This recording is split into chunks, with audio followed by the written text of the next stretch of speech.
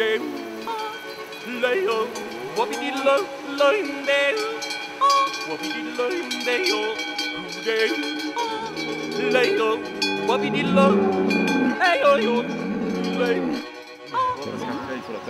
c'est ce qui m'a beaucoup frappé dans le scénario, c'était cette espèce de raccord entre les combats de buffles et le combat des raids, et ce parcours initiatique du personnage.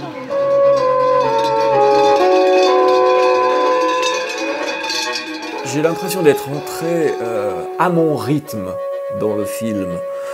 Faut pas oublier que je tourne ici dans mes meubles, dans une montagne où je vis depuis 9 ans, avec des gens que je connais.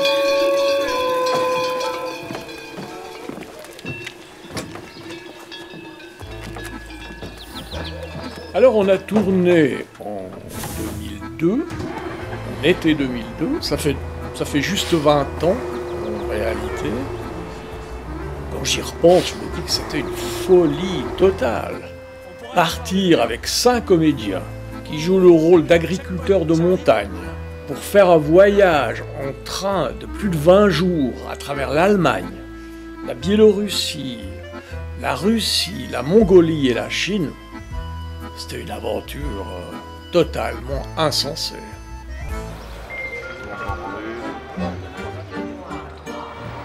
On se balade avec 1800 kilos là, de matériel, environ 1000 kilos pour nos affaires personnelles, les valises, et 800 kilos de matériel technique pour l'image, l'éclairage, le son, etc. Ça veut dire, grosso modo, que chaque technicien, on est 8 ou 9 techniciens sur le film, et 4 comédiens au départ, mais plus qu'un seul à partir d'Oulan-Bator en Mongolie, est responsable de 5 ou 6 colis et de 150 kilos.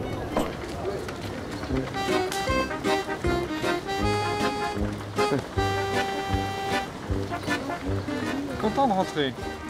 Hein? T'es content de rentrer? Non. J'aimerais bien aller jusqu'à Moscou, la Chine. Quand je revois ces images de Moscou, du Kremlin, je me dis vraiment que ça ne serait plus possible de refaire un film comme ça aujourd'hui, avec la guerre en Ukraine, Poutine. On n'en aurait même plus envie d'ailleurs.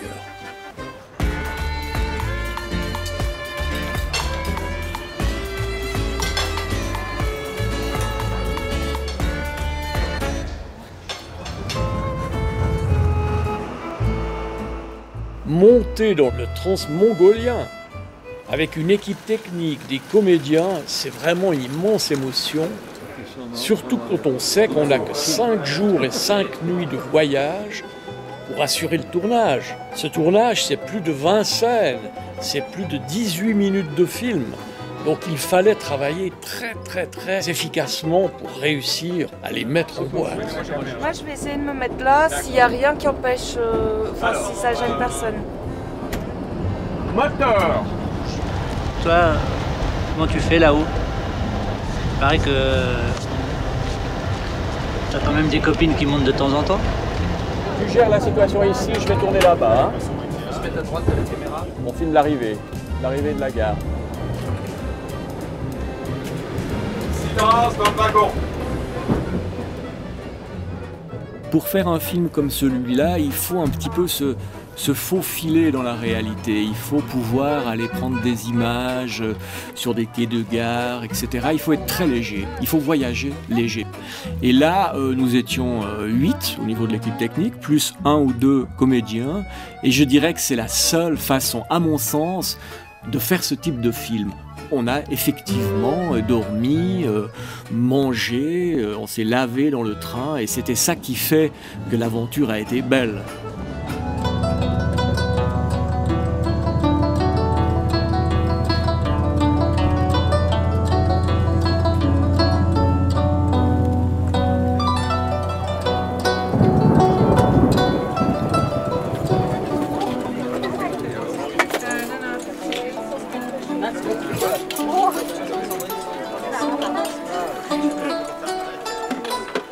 Bah, le mec il a regardé, il m'a dit ça marche pas.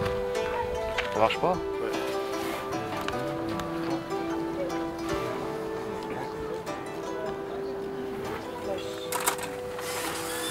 Regarde Roger, s'il te plaît.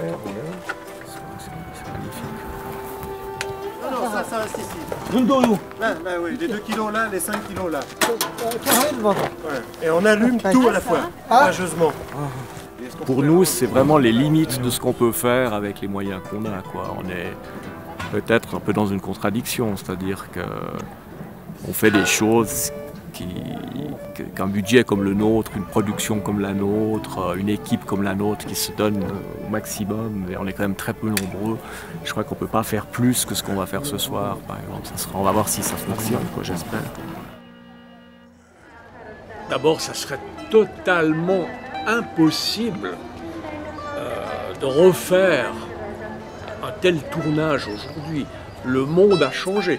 N'oublions pas que la Russie de 2000, c'est le tout début du régime de Poutine, c'est beaucoup plus ouvert que ça ne l'est aujourd'hui. Puis aujourd'hui, avec la guerre en Ukraine, comment traverser la Biélorussie en train, comment aller à Moscou pour filmer. Même la Chine, je pense que ça serait très très compliqué d'avoir les autorisations. Donc, non, j'aurais plus envie aujourd'hui de me lancer dans une pareille aventure. En plus, je dirais que pour se lancer là-dedans, il faut quand même avoir une sacrée santé, non seulement morale, mais physique. Parce que c'est très pénible ce voyage avec une toute petite équipe technique. On est constamment à devoir transbahuter du matériel technique d'un wagon, d'un train à un autre. C'est très physique. Mais je crois que pour faire du cinéma, il faut être assez en forme, physiquement.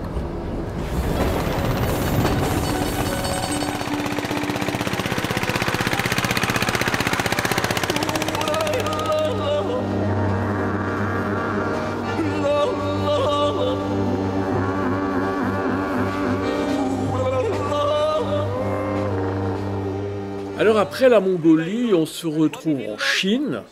Mais quand je dis la Chine, c'est un continent. On est à l'extrême sud de la Chine, à quelques dizaines de kilomètres de la frontière du Vietnam, dans une région qui s'appelle le Yunnan. Yunnan, en chinois, ça veut dire au sud des nuages. Et c'est ça qui nous a donné l'idée d'appeler le film comme cela. L'événement, il est là, puisque les Chinois le font chaque année. C'est une fête incroyable. C'était un peu le but du film.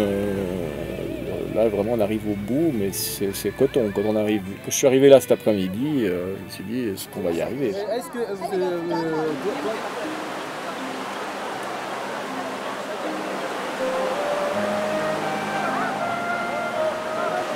Il faut qu'on assure la fête des torches, tu vois, c'est la seule priorité, si elle a lieu.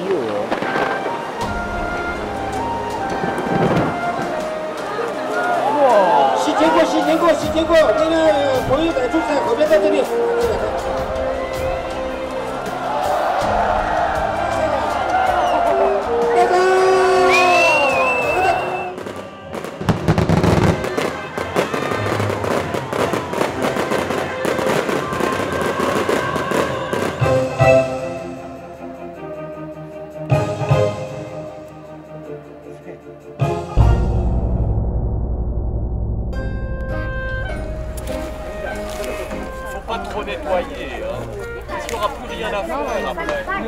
Non, après. Je veux filmer les nettoyages. Oui, je veux les filmer. Oui, tous les gens qui nettoient. Oui, on est en train de... Après. 74 sur 3, première. Et le frangin après, c'est la vie, c'est comme ça, qu'est-ce qu'on y peut? Coupé. La fin de ce tournage, avec ce monologue exceptionnel qui parle de la mort, qui parle du déni de la mort, quand j'ai dit couper, je me suis complètement effondré. J'ai été pris dans une émotion énorme et j'ai eu le sentiment, 10 ans après la mort de mon père, de la vivre réellement, cette mort, à l'autre bout du monde.